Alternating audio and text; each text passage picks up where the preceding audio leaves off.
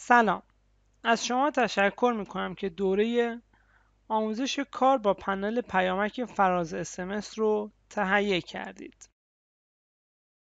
خب در این دوره قرار هست در مورد تمام امکانات سامانه فراز SMS با شما صحبت کنم و کارایی هر کدوم از این قسمت ها رو به شما توضیح بدم.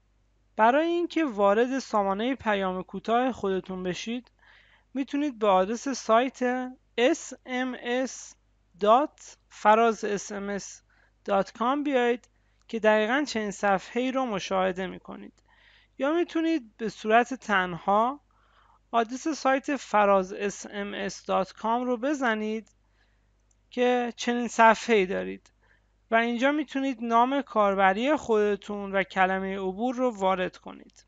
البته خب شاید در بعضی مواقع قالب اصلی سایت تغییراتی داشته باشه. برای ورود به سامانه پیام کوتاه در این صفحه یک کلیک موس رو انجام میدم. در اینجا باید نام کاربری خودم و کلمه عبور خودم رو وارد کنم تا بتونم وارد سامانه بشم و بعد از اون هم روی ورود کلیک میکنم. خب اطلاعات من از قبل در این صفحه ذخیره شده هست، پس من فقط روی ورود کلیک میکنم.